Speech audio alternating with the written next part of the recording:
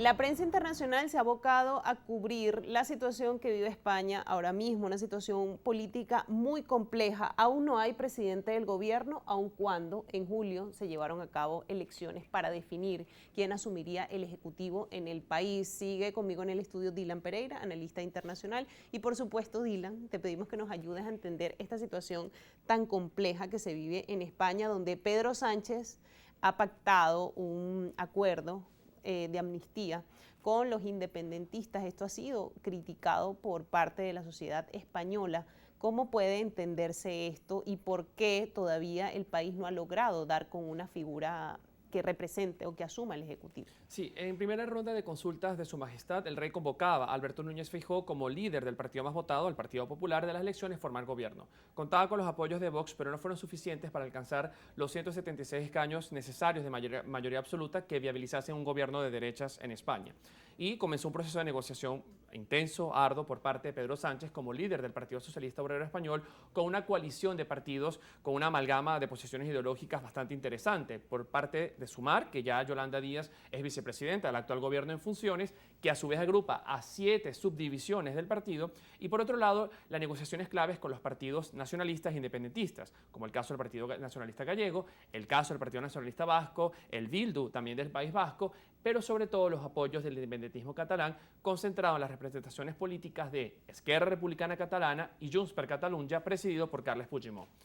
Carles Puigdemont, siendo presidente de la Generalitat en 2017, comenzaba un proceso, el conocido Procés, en el que buscaba la autodeterminación y la independencia de Cataluña. Se llevó a cabo un referéndum, 1 de octubre, que fue considerado como un atentado contra la Constitución y el Estado de Derecho en España, y han sido procesados más de 3.000 personas.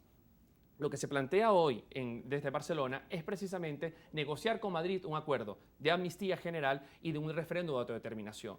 Y hemos visto, se ha conocido a través de la prensa, que Pedro Sánchez ha pactado con Junts per Catalunya y todas las fuerzas independentistas catalanas para llegar a este acuerdo. Y lo que ha suscitado ha sido un seísmo en el Estado de Derecho español, porque por un lado se coloca en entredicho la autoridad del Tribunal Constitucional, la independencia del Poder Judicial, que además no solamente, Natalia, por ser España parte de la Unión Europea, no es un problema doméstico. Estamos seguros que en las próximas semanas el Tribunal de Estrasburgo se va a involucrar, porque ya el comisario de Justicia de la Unión Europea ha pedido cuentas a Madrid de revisión constitucional del acuerdo. Así que estamos ante una nueva fase de crisis política en España que tendrá repercusiones al mediano y largo plazo y que coloca en duda para muchos constitucionalistas la continuidad de un Estado de Derecho que permitió la transición a la democracia en España.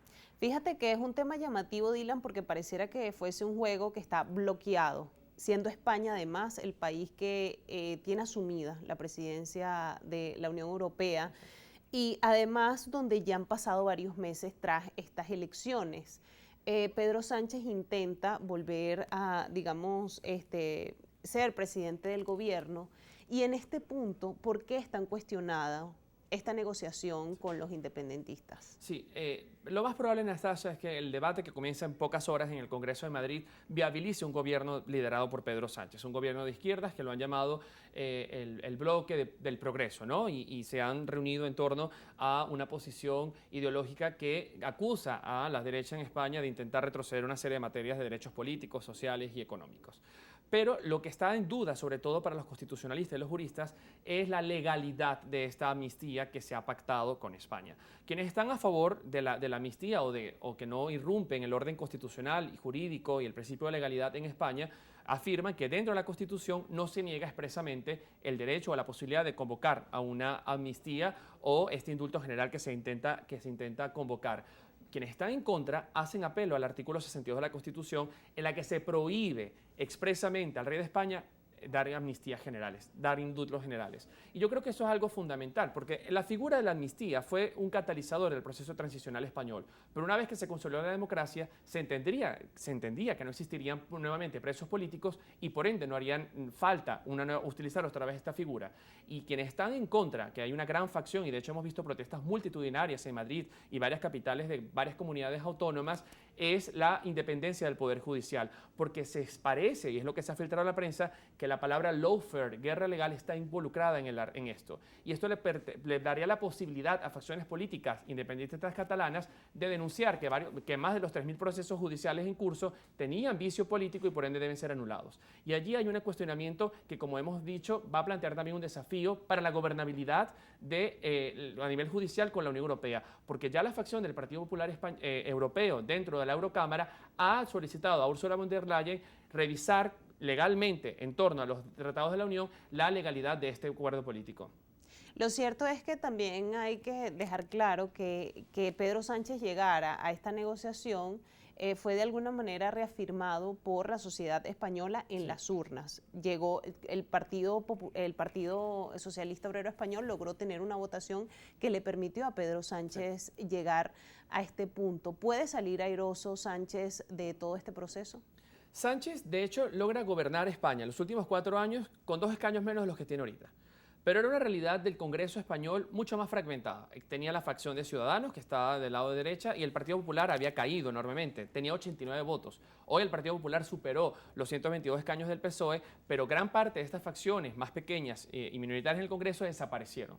Y se consolidaron los 2 partidos tradicionales, el Partido Popular y el Partido Socialista Obrero Español. Lo que Alberto Núñez Feijóo y gran parte de los expresidentes, todos a excepción de uno, están en contra de la inconstitucionalidad o la presunta inconstitucionalidad de la ley de amnistía. Y lo que se va a conformar, que ya en este momento era considerado un gobierno Frankenstein, porque había una serie de partidos que tenían francas diferencias políticas previas, pero que viabilizaron un gobierno de Sánchez, hoy se repiten, pero con una llave de paso que es precisamente el independentismo catalán. Incluso Josep Borrell, que es catalán, daba a entender en su última rueda de prensa que tenía grandes preocupaciones respecto al acuerdo. El texto final no se ha dado a conocer todavía, no tenemos la fiabilidad de conocer cada uno de los términos allí estipulados, pero incluso se habla de la negociación que toda la recaudación fiscal de Cataluña sea para Cataluña y no contribuya a Madrid. Y yo creo que sí es importante remarcar este proceso de negociación en un Estado plurinacional, como es el caso de España, dentro del diálogo político, pero la preservación del Estado de Derecho y la independencia judicial y la independencia de los 3 poderes es fundamental para reafirmar la democracia, como es la democracia española, que ha sido un ejemplo transicional para el mundo entero. Es compleja la situación que vive hoy España, Dylan. Si revisamos también cómo está la política de su país vecino, de Portugal. Portugal también está pasando por una situación política un poco compleja. ¿Cómo analizar lo que está pasando ahora mismo en Portugal con este asunto de la izquierda que ha tenido que tomar decisiones importantes? Sí, justamente el segundo gran seísmo político de la península ibérica tiene epicentro en Lisboa. Hace unos días dimitía el primer ministro António Costa ante las presuntas investigaciones por corrupción de la Policía Judicial junto con los tribunales en Lisboa. Hubo un allanamiento al Palacio de São Bento, en la sede del gobierno portugués. Ha habido ya acusaciones directas contra varios miembros de su gabinete y ha sido un gran escándalo para la política portuguesa y en particular para la persona de António Costa, que ha colocado a disposición de la Fiscalía todas las posibilidades de cooperación para llegar a un feliz término en las investigaciones. Esto ha obligado al presidente de la República. Portugal es un país semipresidencialista, el primer ministro responde a una coalición gobernante del Parlamento, pero existe la figura de un jefe de Estado independiente encarnado en el presidente de la República, que entre sus funciones está precisamente la disolución de la Asamblea Nacional y la convocatoria de nuevas elecciones. Ya hay plazo, en marzo del año que viene serán las elecciones generales portuguesas y ha existido una interesante maniobra política de preservar el gobierno en funciones para la aprobación del presupuesto del próximo año, colocando la estabilidad económica y política portuguesa por encima de la situación partidaria.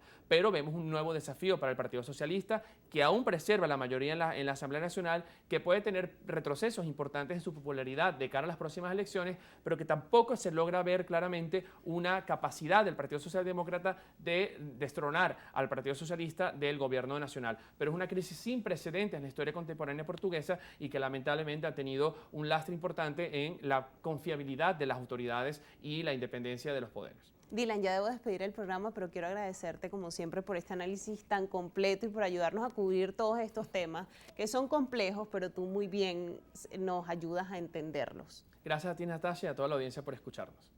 Conversábamos, amigos, con Dylan Pereira, analista internacional, sobre otros temas que también son noticia en la agenda internacional, que nos ayuda, como siempre, cada semana a entenderlos y a profundizar en ellos. Me despido de él, pero también me despido de ustedes y los esperamos nuevamente en una nueva edición, en otra edición de Brújula Internacional. Feliz tarde para todos.